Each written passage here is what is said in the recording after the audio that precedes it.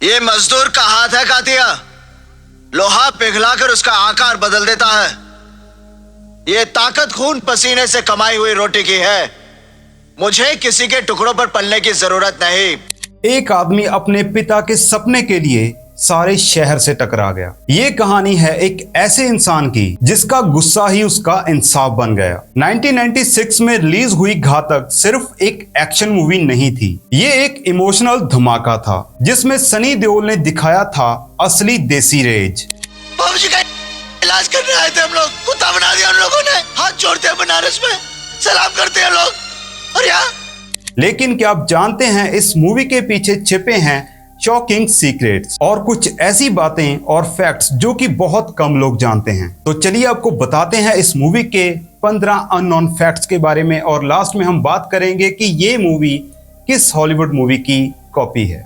घातक दोस्तों एक एक्शन थ्रिलर फिल्म थी। ये मूवी रिलीज हुई थी 8 नवंबर 1996 को। इस मूवी में हमें नजर आए थे सनी देओल, मीनाक्षी शेषाद्री, डैनी डेंजोंगपा, अमरीश पुरी, विजू खोटे, के रैना, टीनू वर्मा, मुकेश ऋषि, टीनू आनंद और हरीश पटेल। अच्छा किया जीजाजी जो रोक दिया, वरना 7 भाइयों की जगह 6 रह जाते।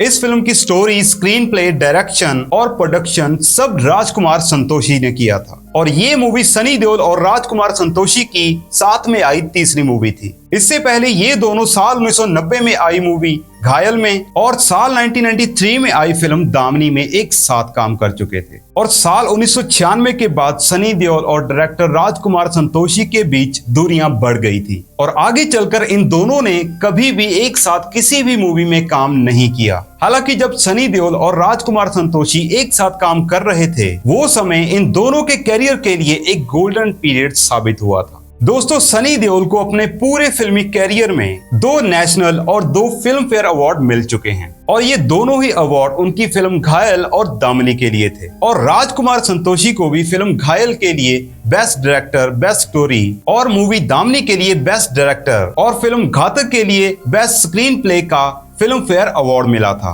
और इस मूवी में सनी देओल के बड़े भाई के रूप में नजर आए के रैना ने डायरेक्टर राजकुमार संतोषी के साथ इस मूवी का स्क्रीन प्ले भी लिखा था और इसके आगे भी उन्होंने राजकुमार संतोषी की फिल्म चाइना गेट और पुकार के लिए भी स्क्रीन प्ले और डायलॉग्स लिखे थे। इस मूवी का लगभग पूरा म्यूजिक आर.डी. बर्मन ने कंपोज किया था। इस मूवी के लिए अमरीश पुरी को बेस्ट सपोर्टिंग एक्टर का फिल्म फेयर अवार्ड मिला था। इनके अलावा इस फिल्म को बेस्ट स्क्रीन प्ले और बेस्ट एडिटिंग का भी फिल्म फेयर अवार्ड मिला था। तो चलिए अब बात कर लेते हैं घातक मूवी के बहुत से अननोन फैक्ट्स के बारे में। फैक्ट नंबर 1, एक्चुअली फिल्म घातक की स्टोरी डायरेक्टर राजकुमार संतोषी ने 1990 में आई मूवी घायल और 1993 में आई फिल्म दामिनी के गैप के बीच में लिख ली थी और ये मूवी घातक 5 साल पहले ही बनकर रेडी हो जाती। लेकिन इसी बीच राजकुमार संतोषी अपनी फिल्म बरसात और अंदाज अपना अपना मूवी की शूटिंग में बिजी हो गए, जिसके कारण घातक मूवी डिले हो गई और इसे 1996 को रिलीज किया गया। फैक्ट नंबर 2, साल 1996 वो समय रहा जब पहली बार अमेरिकन रेसलिंग कंपटीशन WWE ने अपना प्रचार प्रसार इंडिया में किया और कुछ ही दिनों में ये WWE इतना फेमस हुआ कि राजकुमार संतोषी ने इसकी लोकप्रियता को गुनाने के लिए WWE के तर्ज पर अजीब अजीब से मेकअप लगाए पहलवान एक्टर्स को सनी देओल के साथ फाइट करते हुए दिखाया गया। दोस्तों इन दिनों भारत में WWE के रेसलर अंडरटेकर बहुत फेमस हो रहे थे। फैक्ट नंबर 3, मूवी घातक की पॉपुलैरिटी में इसके लाजवाब एक्शन की भी एक अलग भूमिका रही, जिसे रेडी किया था बॉलीवुड फिल्मों के जाने माने एक्शन डायरेक्टर टीनू वर्मा ने। अगर आपने नोटिस किया हो तो फिल्म में इन्होंने कातिया बने डैनी के 7 भाइयों में से एक की भूमिका निभाई थी। आगे चलकर टीनू वर्मा ने सनी देओल की बहुचर्चित फिल्म गदर एक प्रेम कथा का भी एक्शन डिजाइन किया था और इस मूवी के दौरान टीनू वर्मा ट्रेन से कुचल कर मरते मरते बचे थे। फैक्ट नंबर 4, घातक मूवी में बहुत से गेस्ट अपीयरेंस भी रखे गए थे। जैसे फिल्म के स्टार्टिंग सीन में हमें अमरीश पुरी सचदेव के कैरेक्टर में नजर आए थे और अमिताभ बच्चन फिल्म के कुछ सीन्स में अमिताभ बच्चन का रोल प्ले करते ही नजर आए थे। इनके अलावा ममता कुलकर्णी, गणेश आचार्य कोई जाए तो ले आए गाने में हमें नजर आए थे। इनके अलावा महमूद को भी इस फिल्म में रोल ऑफर हुआ था, लेकिन महमूद उस टाइम पर अपनी सन 1996 में आने वाली फिल्म दुश्मन दुनिया का की शूटिंग में व्यस्त थे और इसी कारण से वो घातक मूवी में काम नहीं कर पाए। फैक्ट नंबर 5 दोस्तों, इस मूवी के गाने कोई जाए तो ले आए का एक इंटरेस्टिंग फैक्ट ये भी है कि इस सॉन्ग में कैमियो करने वाली ममता कुलकर्णी ने मूवी के रेगुलर कोरियोग्राफर गणेश आचार्य की जगह पर खुद इसे कोरियोग्राफ किया था। दरअसल दोनों में ये शर्त लगी थी कि अगर ममता कुलकर्णी इस गाने का कोरियोग्राफ कर लेती है तो गणेश आचार्य उसमें डांस परफॉर्म करेंगे। और इस तरह इस गाने के दौरान गणेश आचार्य ममता के स्टेप्स पर उनके साथ कदम से कदम मिलाते हुए नजर आए थे।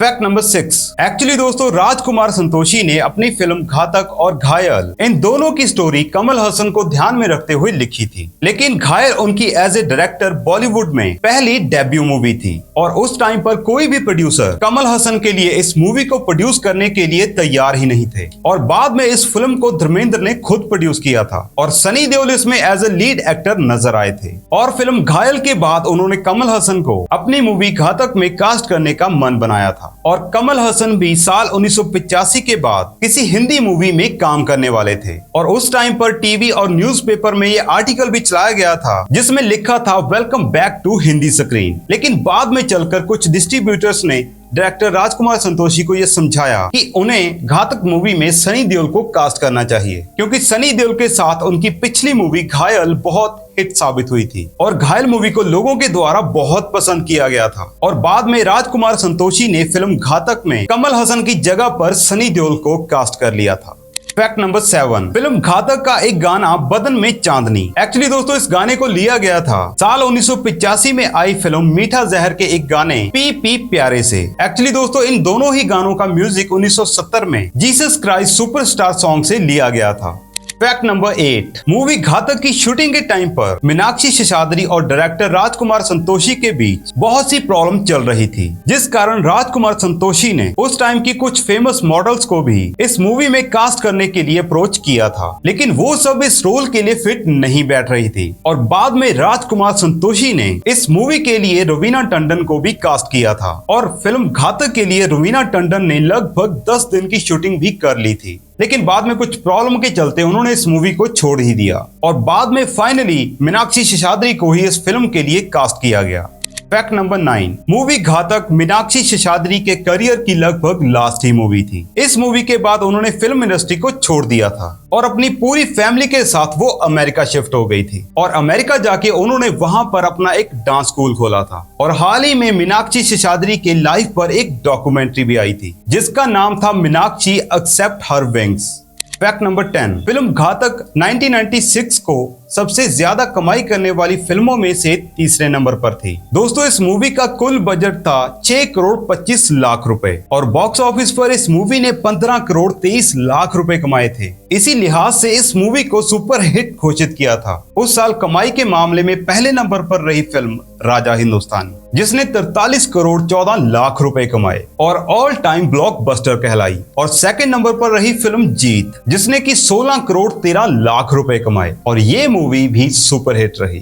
फैक्ट नंबर 11 साल 1990 में घायल और दिल फिल्म से शुरू हुआ आमिर खान और सनी देओल का बॉक्स ऑफिस मुकाबला इस साल भी देखने को मिला, जहां घातक के रिलीज के ठीक 3 दिन बाद आमिर खान की राजा हिंदुस्तानी मूवी रिलीज की गई, जिसने कमाई के मामले में एक बार फिर से सनी देओल की मूवी को पटक दिया था। आमिर खान और सनी देओल का ये मुकाबला आगे भी जारी रहा और साल 2001 में इनकी मूवीज ने लगान और गदर एक प्रेम कथा, इन दोनों का एक बार फिर से मुकाबला हुआ, लेकिन इस बार सनी देओल बाजी मार गए और कमाई के मामले में आमिर खान की मूवी को बहुत पीछे छोड़ दिया।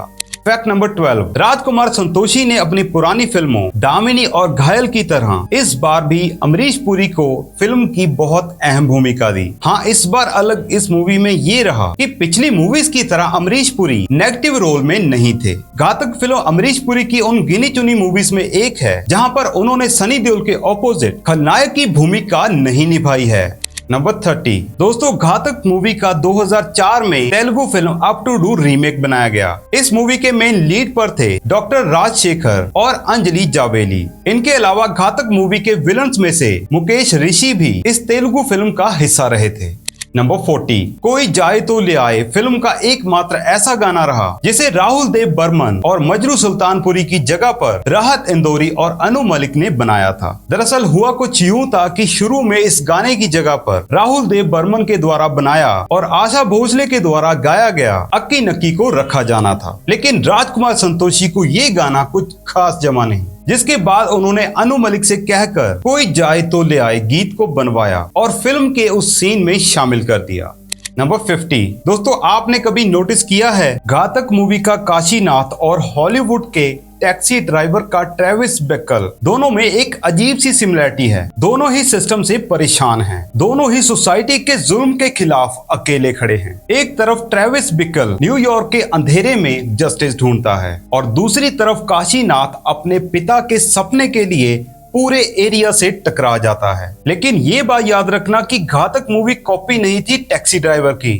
राजकुमार संतोषी ने इस फिल्म को लिखा था as an Indian social action drama, जिसमें आम आदमी के गुस्से और न्याय की लड़ाई को दिखाया गया है। बस फर्क इतना है, ट्रेविस अपने दिमाग से लड़ता है और काशीनाथ सिस्टम से। तो हाँ, मूड और इमोशन थोड़ा मिलता है, लेकिन घातक एक असली देसी कहानी है जिसमें एक्शन के साथ दिल भी था। तो बस दोस्तों, ये तो था आज का वीडियो। तो दोस्तों, कैसी लगी आपको हमारी ये वीडियो, हमें नीचे कमेंट करके जरूर बताना, और घातक मूवी को कितना पसंद करते हो ये भी हमें नीचे कमेंट करना, और इस मूवी का कौन सा डायलॉग और एक्शन आपको सबसे बेस्ट लगता था वो भी हमें नीचे कमेंट जरूर करना भाई। अगर आप चाहते हो कि ऐसी ही इंटरेस्टिंग वीडियो आप मिस ना करें तो हमारे चैनल को सब्सक्राइब करके साथ वाले बेल आइकन को जरूर प्रेस कर लेना मेरे भाई। ओके, मिलते हैं अगली वीडियो में। Tata bye.